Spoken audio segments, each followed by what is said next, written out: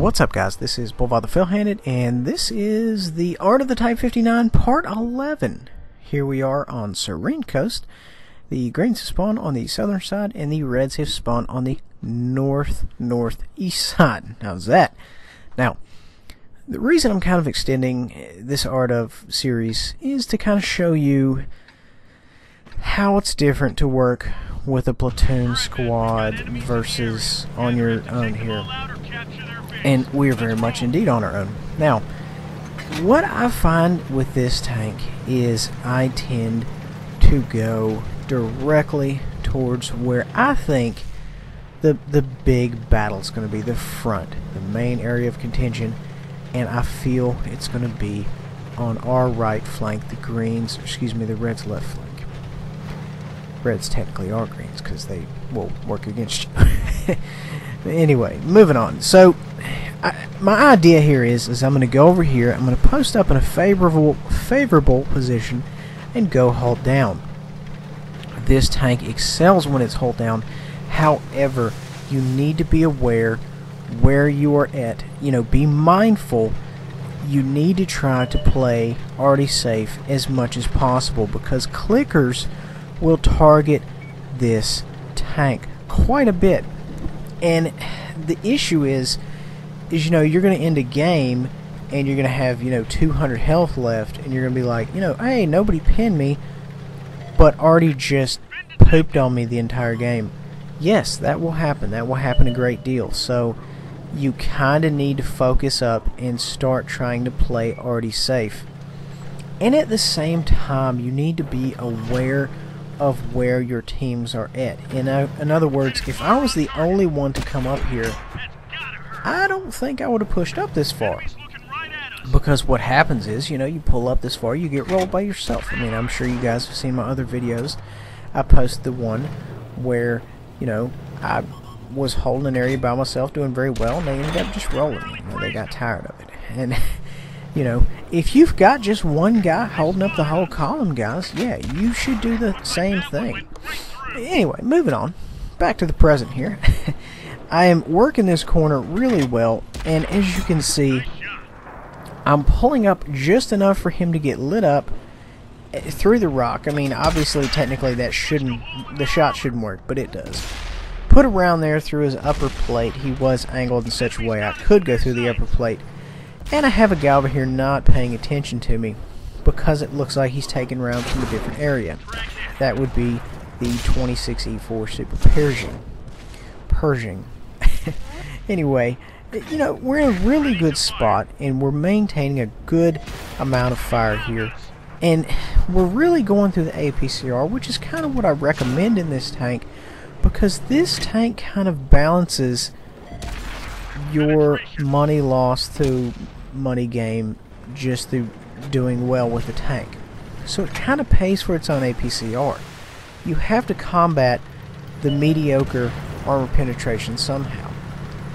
And of course everybody says, well, you know, you didn't really have to use APCR on this, and this, and, you know, but it's easy to watch the videos and say, yeah, you didn't have to do that, versus actually doing it. So we make a commander shot there, third person shot. We're gonna go ahead and scope in there. We hit him a little too high, and that's the problem. You know, when you're face hugging, it's sometimes difficult to get a proper shot into the upper plate because if you hit too low or you hit too high, it's going to bounce at a certain angle. A good technique is when you're about ready to fire is back up and put one in there, just kind of like exactly what I'm doing. And guys, you never want to make anything easy. If you see he's looking at your weak spots like your commander hatch, you want to do what I'm doing. You want to make movements, you want to move the hole, you want to make a lot of movement. Make things difficult for him.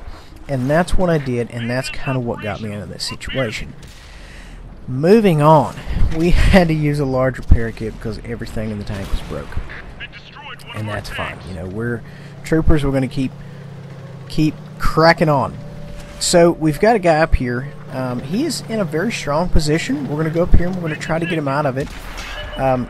We ended up making a heck of a clutch shot there. You know, and most of the time, you don't really get those. We've got a Type 59 over here. We put a round in him, get him off the board, heck of a shot there as well.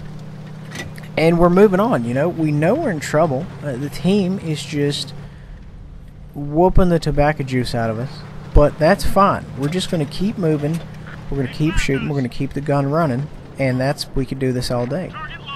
So right now I realize I am in a poor position because I cannot get down low enough to get proper halt down from this guy. I realize when I start to see the terrain behind me, I'm bad news bears. And I kind of realize I'm going to die in this area. And I was pretty much spot on right because, you know, don't forget I've also got 2 artillery looking at me in this area. And, you know, at this point I'm doing what I can, not what I want, if that makes sense. And that's fine. You know, sometimes it's more or less clutch training at this point. So he ends up putting a good round through me there, and you know, use the magnificent depression of his tank. And you know, guys, if you just practice being the last one alive, or the last 3 alive, or the last 4 alive, you will see a marked difference in your games, because you're going to have that much more opportunity to get shots. You're going to have that much more opportunity, you know, to flank people, or to what have you. You know, you're going to have that many more APCR rounds, AP rounds, heat rounds, what have you, flying through the air than versus you didn't.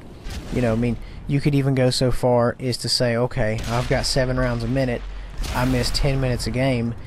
You know, look at all the rounds I missed. I mean, granted, of course, that's just back-to-back firing, but you kind of get the idea that you would be missing a great deal if you die early. We, however, did not. We made a little bit of money, 35.52. We did okay damage. We didn't block a lot of damage, which is something I really look for every game. I want to make sure that I block damage every game, or else the armor's not working, or else I'm doing something wrong. Guys, I hope you enjoy this. Please remember to like, subscribe, and share, and we'll see you guys next time.